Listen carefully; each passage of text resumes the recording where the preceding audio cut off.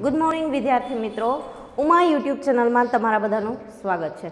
तो चलो आज आपणे फरीने पाछो जे पाठ अधूरो छे ए पाठनो आज आपणे अभ्यास करवानो छे। तो जोईए पाठनुं नाम शुं हतुं, तो के पाठ 10 पाठनुं नाम छे भारतीय संस्कृतिनी सिद्धि। एमना लेखक छे विनोबा भावे। एमनो पाठनो साहित्य प्रकार निबंध छे। तो आपणे नेक्स्ट लेक्चर में पाठनी शुरुआत में बात करी थी एम भारत देश छे विविधताथी भरेलो देश छे।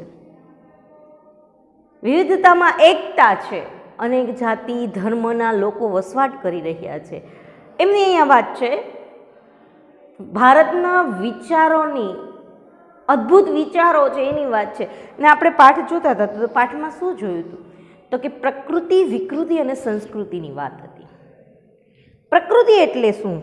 प्रकृति एटले सहज स्वभाव। प्रकृति एटले सहज स्वभाव। संस्कृति एटले सहज स्वभावथी ऊपर उठवुं ए संस्कृति छे। ज्यारे विकृति एटले सहज स्वभावथी नीचा पड़वुं ए विकृति छे। अने पाठमां वात करी हती एम भूख लागे अने जमवुं ए शुं छे, तो के प्रकृति छे। स्वाभाविक है, कोई पण भूख लागे एटले जमवाना ज छे। पण भूख न लागी होवा छतां पण ठासी ठासीने जमवुं ए विकृति छे। संस्कृति भूख लागी छे पण आजे एकादशीनो उपवास छे, भगवत स्मरण माटे रहेवानुं छे एटला माटे न जमवुं ए आपणी संस्कृति छे। तो अगाऊ आपणे वात करीए एम प्रकृति विकृति अने संस्कृति, आने आपणे समजवानी छे कि प्रकृति शुं छे। प्रकृति तो माणसनो मूलभूत स्वभाव छे जे होय ए। अने माणसे दिन प्रतिदिन पोतानी प्रकृतिने सुधारवानी छे। विकृति तरफ नथी वळवानुं, आगळ संस्कृति तरफ आगळ वधतुं जवानुं छे। एवी वात अहींया लेखक करे छे। पाठनी अंदर आपने समझावा मांगे छे, ए ज समझावशे कि माणसे पोतानी विकृति छोड़ी अने प्रकृति तरफ आगळ वधवानुं अने ए प्रकृतिथी उपर उठी अने संस्कृतिनुं संवर्धन करवानुं, संस्कृतिनो विकास करवानो छे। आज दिवसे ने दिवसे आपणे आपणी संस्कृति भूलता जईए छीए। एनुं मुख्य कारण ए छे कि आपणे पश्चिमी संस्कृतिनुं अनुकरण करीए छीए अने अनुकरण करवुं ए आपणे बहु गमे छे। पण एने समझता नहीं कि ए अनुकरण खराब है कि सारू है। ये आपणे समझी नहीं सकता। एटला माटे ए वस्तु जेनुं अनुकरण कर्युं छे पण ए रियल शुं छे, एनी वास्तविकता शुं छे ए आपणे समझता नहीं। अने काले जेम मैं बात करी थी एम नेक्स्ट पीरियड में आपणे बात करी थी एम कि साचो आनंद कयो छे, कयो आनंद साचो छे, कयो आनंद प्राकृत छे, कयो आनंद विकृत छे के कयो आनंद सुसंस्कृत छे। तो कि जे आनंद आपणने सुख अपावे अने बीजाने पण सुख आपे अने जे आनंद संस्कृति तरफ आगळ वधतो होय ने ए ज साचो आनंद, ए ज परम आनंद छे। हाँ, बीजाने दुखी करी अने आपणे एनामांथी सुख मेळवता होय, एना दुखने जोईने आपणे आनंद मळतो होय तो ई साचो आनंद न कहेवाय। साचो आनंद कयो छे, तो के सामेवाळाने पण आनंद मळे, एने परम शांति थाय मनमा, मनथी ए खुश थाय अने आपणे पण मनथी खुश थाय। ए ज साचो आनंद छे, ए ज परम आनंद छे। माणसने जे मनथी सुख पावे ए ज साचो आनंद छे। त्यां सुधी आपणे पाठने जोयो तो। हवे चालो आपणे पाठने आगळ जोईए। तो के संस्कृति क्यारेय खराब नथी, विकृति ज खराब होय छे अने प्रकृतिने आपणे खराब न कही सकीए, न सारी। तेवी ज रीते तेवी छे के कागड़ो काळो छे तेने आपणे खराब न कही सकीए, कारण के केम के एनी ए प्रकृति छे। बगलो सफेद छे पण तेटली मात्राथी आपणे तेने सारो न कही सकीए, केम के ए तेनी प्रकृति छे। પ્રકૃતિથી ઉપર ઉઠીને આગળ વધવું એ જ સંસ્કૃતિ છે. જો સંસ્કૃતિ ક્યારેય ખરાબ નથી હોતી, વિકૃતિ જ ખરાબ હોય છે. બધાની સંસ્કૃતિ સારી જ છે, પણ માણસની અંદર જે પશુપણાનો ભાવ છે એ ભાવથી જ એ ખરાબ બને છે, એ વિકૃતિથી ખરાબ થાય છે. તો માણસની પ્રકૃતિથી માણસને ખરાબ ન કહી શકીએ, કારણ કે એનો મૂળભૂત સ્વભાવ છે. જેવી રીતે કાગડો કાળો છે તો આપણે એને ખરાબ ન કહી શકીએ, કારણ કે એની પ્રકૃતિ છે, કુદરતી છે, ભગવાને એને એ રંગરૂપ આપેલો છે એટલા માટે. અને બગલો સફેદ છે તો શું આપણે એને સારો કહી શકીએ? ના, એવું નથી. માણસની પ્રકૃતિથી આપણે એને સારા કે ખરાબ કહી શકતા નથી, પણ આપણે એની પ્રકૃતિથી જે ઉપર ઉઠીએ છીએ અને આગળ વધે છે એ જ સાચી સંસ્કૃતિ છે. ઘણીવાર આપણે વિકૃતિને પણ સંસ્કૃતિ માની લેવાની ભૂલ કરી બેસીએ છીએ. એટલે આ બાબતથી સાવધ રહેવાની જરૂર છે.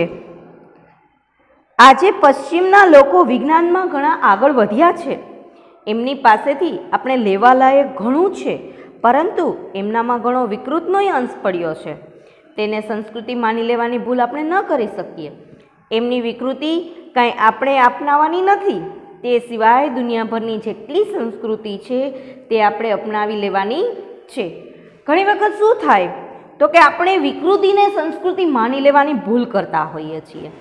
એટલે આ બાબતથી આપણે સાવધ એટલે સાવચેત રહેવાની જરૂર છે. આજે આપણે પશ્ચિમના લોકો જે છે એ વિજ્ઞાન તરફ ખૂબ આગળ વધ્યા છે, એમની પાસેથી આપણે લેવાલાયક ઘણું છે.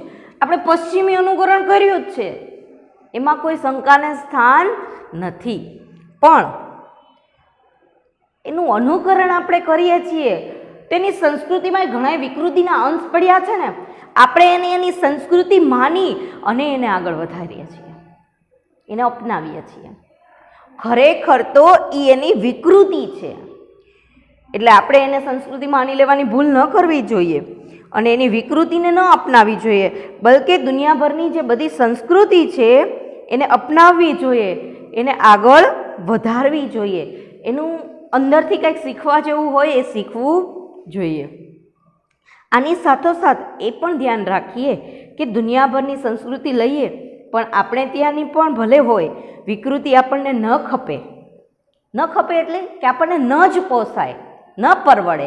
વિકૃતિ કોઈને ન ગમે, સંસ્કૃતિ ગમે, પણ વિકૃતિ કોઈ દિવસ ગમતી નથી. દુનિયાભરની સંસ્કૃતિને સમજવી જોઈએ, જોવી જોઈએ, માણવી જોઈએ, પણ એમાં જે વિકૃતિ છે એ વિકૃતિને આપણે ક્યારેય ન અપનાવવી જોઈએ. આપણે ત્યાં પ્રાચીન કાળથી કોઈ એક જ ચીજ ચાલી આવતી હોય પણ તેની જો વિકૃતિ હોય તો તેનો સ્વીકાર હરગીજ ન કરવો જોઈએ. વિકૃતિ બીજાઓની હોય કે આપણી હોય, સદંતર વર્જ્ય છે અને પ્રકૃતિને સ્વીકારવી પણ તેનું એ હંમેશા સંશોધન કરતા રહેવું, પ્રકૃતિને હરહંમેશ સંસ્કૃતિનું રૂપ આપતા રહેવું જોઈએ. આપણે તે પ્રાચીન કાળથી એક વસ્તુ ચાલી આવતી હોય વંશ પરંપરાગત રીતે, તો તેને આપણે પણ જો એ વિકૃતિ હોય ને તો એ આપણને બિલકુલ પોસાય નહીં, પણ એ સંસ્કૃતિ હોય, એમાંથી શીખવા જેવું કંઈ હોય તો આપણે એને જરૂર અપનાવવી જોઈએ. પણ એમાં વિકૃતિનો અંશ હોય તો એ આપણે અપનાવવી જોઈએ નહીં. વિકૃતિ બીજાની હોય કે આપણી હોય, આપણને બિલકુલ પોસાતી નથી. પ્રકૃતિને હર હંમેશા સંસ્કૃતિનું રૂપ આપતું રહેવું જોઈએ. એટલે જે આપણી પ્રકૃતિ છે એ પ્રકૃતિને હંમેશા સંસ્કૃતિનું રૂપ આપતું રહેવું જોઈએ. ખાવાનું આપણે ન છોડી શકીએ કારણ કે તે પ્રકૃતિ છે, પણ માંસાહાર છોડી શકીએ, તે જરૂર છોડીએ, કેમ કે તે સંસ્કૃતિની દિશાનું આગળનું પગલું છે. ખાવામાં સંયમ રાખી શકીએ તો જરૂરી રાખી શકીએ, કારણ કે તેમ કરવાથી સંસ્કૃતિની દિશામાં આપણે આગળ વધી શકીએ છીએ. શું કીધું કે તમે ખાવાનું ન છોડી શકો કારણ કે પ્રકૃતિ છે, મૂળભૂત સ્વભાવ છે, ભૂખ લાગે એટલે આપણે ખાવું જ પડે, પણ માંસાહાર છોડી શકીએ. એનું કારણ શું છે તો કે એ કંઈ જરૂરી નથી. એના બદલે તમે શુદ્ધ સાત્વિક ખોરાક ખાઈ શકો છો. તમારા પ્રકૃતિની તૃપ્તિ માટે તમે એ કરી શકો, માંસાહાર છોડી શકો, પણ ખાવાનું ન છોડી શકો. ખાવું એ પ્રકૃતિ છે, બાકી પેલું વિકૃતિ છે તો એને આપણે છોડી શકીએ છીએ, પણ ખાવામાં સંયમ રાખવો એ જરૂરી છે. કારણ કે ખાવામાં સંયમ ન હોય ને તો માણસ કઈ રીતે ખાય છે? ઘણી વખત આપણે જોતા હોઈએ છીએ, ઘણીવાર આપણે એમ કહીએ કે આ તો કુંભકર્ણનો બીજો અવતાર છે ખાવામાં. આપણે એવું જસ્ટ મજાક મસ્તી કરતા હોય, કારણ કે ઘણીવાર એમ કહીએ કે આ છપ્પનિયા દુકાળમાંથી આવતા હશે. એક ધારું જેટલું આપો એટલું આરોગી જ લેતા હોય, પણ એની ઉપર આપણે સંયમ રાખી શકીએ છીએ. એ જરૂરી છે, કારણ કે એ સંસ્કૃતિ તરફ આપણને આગળ વધવા માટેનું એક પગલું છે. ખાવામાં સંયમ રાખવો, બોલવામાં સંયમ રાખવો, અમુક કાર્યો કરવામાં સંયમ રાખીએ આપણે, કે જરૂરી નથી, નિરર્થક છે, એ બધી જ વસ્તુઓ આપણે ત્યજી દઈએ, જરૂરી છે એટલું જ આપણે અપનાવીએ તો એક દિવસે સંસ્કૃતિ તરફ આગળ વધવાનું આપણું એક પગલું ગણાય છે. મારું તો માનવું છે કે વિજ્ઞાનની જેમ જેમ પ્રગતિ થશે, માણસમાં વૈજ્ઞાનિક વૃત્તિ જેમ જેમ વધતી જશે તેમ તેમ વિકૃતિઓ ક્ષીણ થતી જશે અને માણસ સંસ્કૃતિની દિશામાં આગળ વધતો જશે. બહુ આગ્રહ કરીને ખવડાવવું કે અક્રાંતિયાની માફક ખાવું એ પણ વિકૃતિ જ છે. પણ આજે હજી માણસને એ સમજાતું નથી, કેમ કે માણસને આપણા શરીર રચનાનું અને પાચન ક્રિયાનું પૂરતું જ્ઞાન નથી. જ્યારે તેને શરીરનું અંતર્બાહ્ય જ્ઞાન થશે ત્યારે તેને તુરંત સમજાશે કે આ વિકૃતિ છે અને તે છોડવી જોઈએ. માણસ કાયમ સંસ્કૃતિ અને વિકૃતિનું પૃથ્થકરણ કરતો રહેશે, વિશ્લેષણ કરતો રહેશે, પ્રયોગો કરતો રહેશે અને પોતાને સાચી દિશામાં આગળ વધારતો રહેશે. લેખક બહુ સરસ વાત કરે છે કે લેખક એમ કહે છે કે મારું માનવું એમ છે કે જ્યારે માણસ વિજ્ઞાનને સમજશે સાથે સાથે વિજ્ઞાનમાંથી એ પોતાના શરીરની આંતરિક અને બાહ્ય રચનાને સમજતો થશે, ત્યારે એને ખ્યાલ આવશે કે કોઈને આગ્રહ કરીને ખવડાવવું, એકાંતિયાની માફક ખાવું કે હા હાલો આજ તો કોકના ઘરે જમવાનો મોકો મળ્યો છે તો બસ ખાવા જ માંડો. આ બધી જ વસ્તુ એ ક્યારે સમજશે? આ વિકૃતિમાંથી ક્યારે દૂર થશે? એના મગજની આ માનસિક વિકૃતિ છે કે કોક આવ્યું છે તો એને ભાઈ આગ્રહ કરીને જમાડો. પેલી વ્યક્તિ ના પાડે કે ભાઈ બસ હવે મારા પેટમાં જગ્યા નથી, નહીં સમાય, નથી ખાવું, નહીં ખવાય મારા, તોય નહીં, બસ લ્યો આટલું તો ખાવું જ જોઈએ. એ ક્યારે એની વિકૃતિ દૂર થશે? તો કે જ્યારે એ વિજ્ઞાનને સમજતા થશે, વિજ્ઞાનને સમજશે, વિજ્ઞાન ભણશે ને વિજ્ઞાનને સમજશે તો એને ખ્યાલ આવશે કે માણસના શરીર અંદરની જે પાચન ક્રિયા છે એ પાચન ક્રિયા કેટલી છે કે તો પેટ અળું જ છે, એની અંદર તમે ઠાસીને ભરો તો એ પેટની હાલત ખરાબ થાય. કોઈ પણ સામાન્ય બીજું એક ઉદાહરણ આપું કે એક બાચકું છે, એની અંદર તમારે વસ્તુ ભરવાની છે, ભરાઈ ગયું છે છતાં પણ તમે એની અંદર નાખ્યા જ કરો, ઘઉં નાખ્યા જ કરો તો શું થાય? એ બાચકાની અંદર ઘઉં છે ને જેટલા સમાવવાના એટલા સમય બાકીના બધા આસપાસ ઢોળાઈ જાય છે. તો પેટ પણ એવું જ છે, તમે એની અંદર નાખ્યા જ કરો તો એની એક કેપેસિટી હોય, એ કેપેસિટી બહાર જાય એટલે માણસને રોગ થાય છે. પછી એ ગમે તે પેટમાં દુખવું હોય કે ઉલટી થાય કે પછી બીજા કોઈ પણ પ્રોબ્લેમ એને થઈ શકે. એ સમજવાનું છે. એટલે કહે છે લેખક કે માણસ જ્યારે વિજ્ઞાનને સમજશે, પોતાના શરીરની રચનાને સમજશે ને ત્યારે એ આ વિકૃતિમાંથી મુક્ત થશે અને પ્રકૃતિથી સંસ્કૃતિ તરફ આગળ વધતો રહેશે. એને ખબર પડશે મારી પ્રકૃતિ એટલી જ છે, હું આટલું જ કરી શકીશ, આનાથી વધારે મારાથી થશે નહીં, આનાથી વધારે હું ખાઈ નહીં શકું. મારા શરીરની મને ખબર છે કે મારું શરીર હું આટલું કરીશ તો આમ થશે.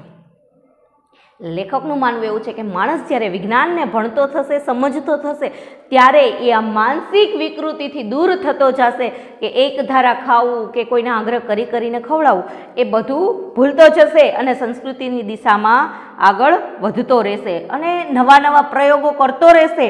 પોતાને સંસ્કૃતિ અને વિકૃતિને પ્રકૃતિનું વિશ્લેષણ કરતો રહેશે, એનું પૃથ્થકરણ કરતો રહેશે કે કયું સારું અને કયું ખરાબ. આવું ભારતમાં થયું છે. અહીં હજારો વર્ષથી માણસ જાતના પ્રયોગો કરતો રહ્યો છે અને તેમાંથી આપણને જેને ભારતીય સંસ્કૃતિ કહીએ છીએ તેની નીપજ છે. ભારતની સંસ્કૃતિ પ્રયોગશીલ છે. ભારત પ્રાચીન કાળમાં બહુ જ પ્રવૃત્તિમય હતો. અહીં બહુ પ્રયોગો પણ થયા છે, તેમના નિષ્કર્ષ પણ નીકળ્યા અને તેમાંથી વિવિધ શાસ્ત્રો પણ ઊભા થયા છે. તેમાં આધ્યાત્મિકતાની દ્રષ્ટિ મુખ્ય હતી. માણસ આધ્યાત્મિક દ્રષ્ટિએ કેમ આગળ વધતો રહે તેની ખોજ નિરંતર ભારતમાં ચાલી રહી આવી હતી. બધી યોજનાઓ આપણા પૂર્વજોએ અનેક પ્રયોગો કરીને ઘડી છે અને આપણો બહુ મોટો વારસો આપ્યો છે. લેખક એમ કહે છે કે ભારતમાં બન્યું છે. હજારો વર્ષ પહેલાં જાત જાતના પ્રયોગો થતા રહ્યા છે. ઋષિમુનિઓએ પ્રયોગો કરેલા છે. તેમાંથી જ આપણી ભારતીય સંસ્કૃતિની નીપજ, આપણને ભારતીય સંસ્કૃતિ મળી છે. ભારતીય સંસ્કૃતિ પ્રયોગશીલ છે કે જેની અંદર નિરંતર મનુષ્યએ પ્રયોગો કર્યા છે અને એ પ્રયોગોના નિષ્કર્ષ રૂપે, ફળ રૂપે એને અલગ અલગ બધી જ શાસ્ત્રોની શોધ કરી છે. અલગ અલગ શાસ્ત્રો એને મેળવ્યા છે. સતત પ્રયત્નશીલ રહ્યા છે અને ભારતની દ્રષ્ટિને આધ્યાત્મિક દૃષ્ટિથી એ પ્રયોગમાં આધ્યાત્મિક દૃષ્ટિ વધારે રાખી છે એ લોકોએ અને સતત ને સતત ખોજ ચાલુ રાખી છે. નિરંતર એટલે સતત ને સતત કંઈકનું કંઈક નવું મેળવવાના પ્રયત્નો કરતા રહ્યા છે અને આ બધી જ યોજનાઓ આપણા પૂર્વજો પેલા વડવાઓની રહી છે અને આપણને ખૂબ મોટો એને વારસો આપ્યો છે ભારતીય સંસ્કૃતિની ખોજ કરીને. ભારત માટે એમ કહેવાય છે કે આ એક મોટો સંપન્ન દેશ છે. અહીં સુંદર સુંદર સેંકડો નદીઓ વહે છે અને હિમાલય જેવો અદ્ભુત પહાડ તો અહીં જ છે. આપણો દેશ ભારે સુજલ ને સુફળ છે, પણ આપણા કરતાંય વધારે સુજલ સુફળ દેશો દુનિયામાં મોજૂદ છે. એટલે આ કાંઈ આપણી વિશેષતા ન કહેવાય. હા, આપણે એવો દાવો જરૂર કરી શકીએ કે અહીં જે વિચાર સંપદા આપણને મળી છે તે અત્યંત અદ્વિતીય છે. આ હું કોઈ અભિમાનથી નથી કહેતો.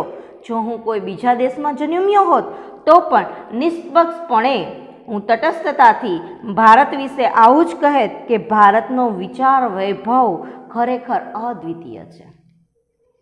અહીંયા લેખકે બહુ સુંદર વાત કરી છે, બહુ સરસ કીધું છે કે ભારત દેશ છે ને એક મોટો સંપન્ન દેશ છે. સુંદર સેંકડો નદીઓ, પહાડો અહીંયા મોજૂદ છે. સૌથી મોટો સુંદર પહાડ કોણ? તો કે હિમાલય જેવો અદ્ભુત પહાડ અહીંયા મોજૂદ છે. અને ખરેખર ભારત દેશની અંદર વહેતી નદીઓને આપણે માતાનું સ્થાન આપીએ છીએ. બધી જ નદીઓ સુંદર છે, મોટી નદીઓ અને સુંદર નદીઓ છે કે એને પવિત્ર ગણીએ છીએ. એક ભારત દેશ જ એવો છે કે જેની અંદર નદીઓ અને પર્વતોને પૂજનીય ગણ્યા છે અને એ ખરેખર અદ્ભુત જ છે બધું. એટલા માટે લેખક કહે છે અને આપણો દેશ સફળ છે, વિકસિત છે, પણ એના કરતાં એ દુનિયામાં બીજા દેશો પણ ખૂબ વિકસિત અને સફળ રહ્યા છે, આગળ રહ્યા છે. એટલે આપણે એવી કંઈ વિશેષતા ન કહેવાય, એ કાંઈ સુજલ અને સફળ છે એવી વિશેષતા ન કહેવાય આપણા દેશની. પણ હા, એક જરૂર ચોક્કસપણે હું તટસ્થપણે લેખક કે કહી શકું છું કે ભારતની અંદર વિચાર સંપદા છે ને અદ્વિતીય છે, અજોડ છે. આવી વિચાર સંપદા બીજા એક પણ દેશમાં નથી. હું એવું નથી કહેતો કે હું ભારતમાં જન્મ્યો છું એટલા માટે હું એના વખાણ કરું છું, એવું નથી. જો હું ભારત દેશમાં ન જન્મ્યો હોત, હું ભારત દેશનો ન હોત ને, તેમ છતાં પણ હું કહેત, તટસ્થતાથી કહેત, કોઈ પણ પક્ષપાત વગર કહેત કે ભારત દેશ છે એની વિચાર સંપદા અદ્ભુત છે, અદ્વિતીય છે. એવી વિચાર સંપદા બીજા કોઈ દેશમાં નથી. ભારતમાં વૈદિક ઋષિઓથી લઈને આજ સુધી શબ્દોની એક અખંડ પરંપરા ચાલી આવી છે. હું દુનિયામાં બીજો કોઈ દેશ એવો નથી જોતો કે જ્યાંની ભાષામાં 10,000 વર્ષોથી એના એ જ શબ્દ ચાલી આવતા હોય.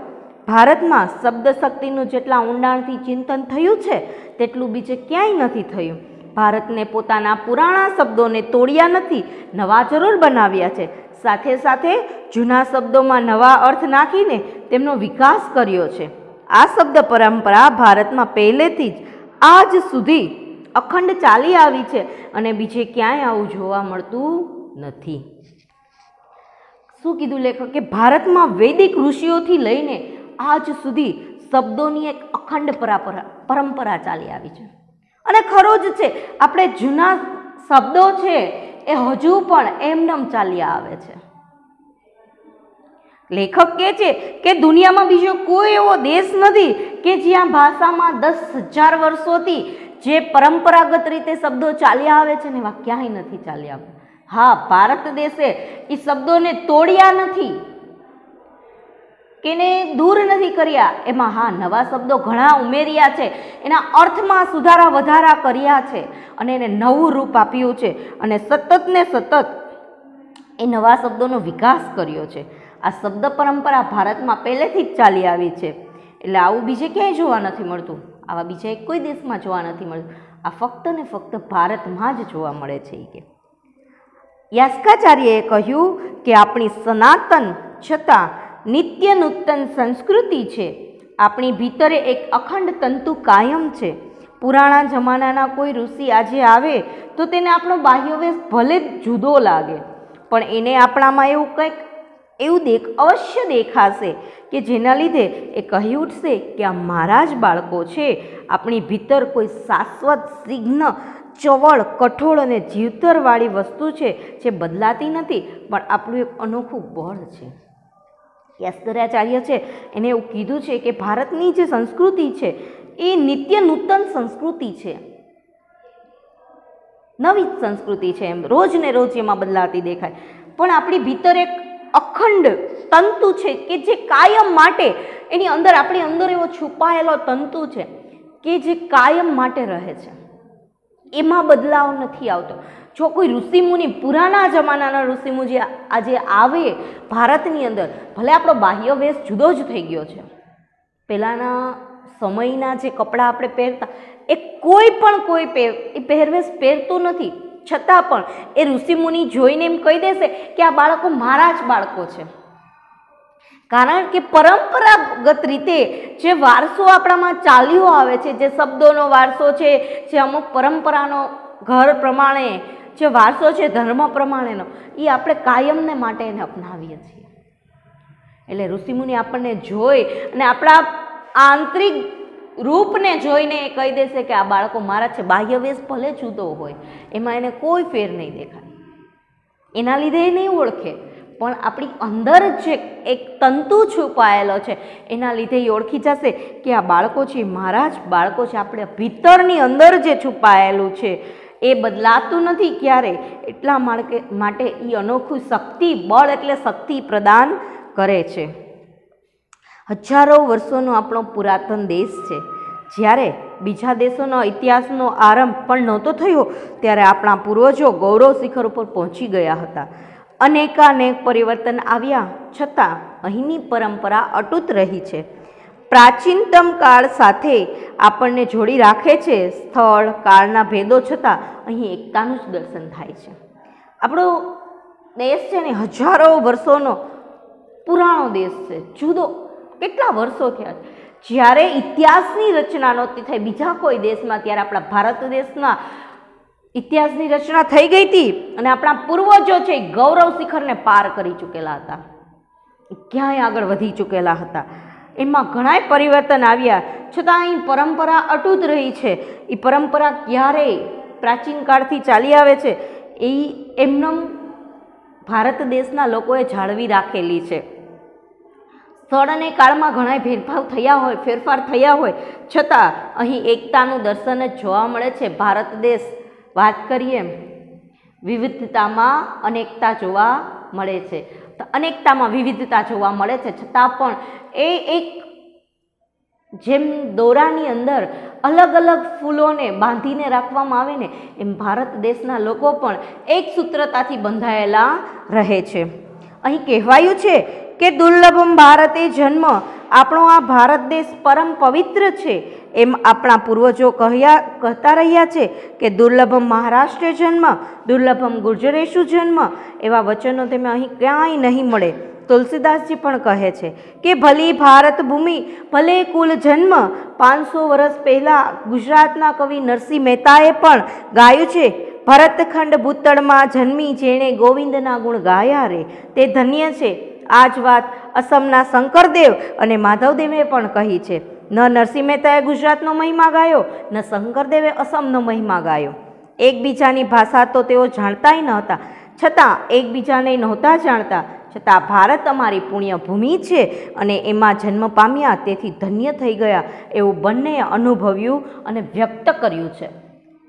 લેખકે વાત કરી બહુ કે અહીં કોઈ એવું તમને મળશે નહીં, કોઈ કવિઓ કે કોઈ લેખકોએ એવું નથી કીધું કે અમે ગુજરાતમાં જન્મ્યા, અમે મહારાષ્ટ્રમાં જન્મ્યા કે એના જ ગુણ ગાયા હોય, કે નરસિંહ મહેતાએ નથી ગુજરાતના ગુણ ગાયા, કે અસમના શંકરદેવ છે એને નથી કોઈ અસમના ગુણ ગાયા, પણ એ બધાએ શેના ગુણ ગાયા છે તો કે સમગ્ર ભારત ભૂમિના, ભારત દેશના ગુણ ગાયા છે ને કીધું છે કે અમે જે ભારતમાં જન્મ લીધો છે તેથી અમે ધન્ય થઈ ગયા છીએ, અમે ખૂબ ધન્ય કે અમે ભારત ભૂમિમાં આવી પુણ્ય ભૂમિમાં જન્મ પામ્યા છીએ.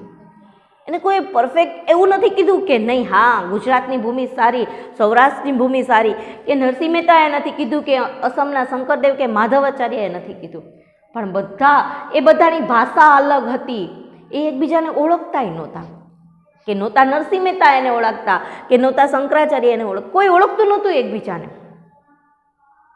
છતાં પણ બધાના વિચારો કેવા છે, એક જ છે.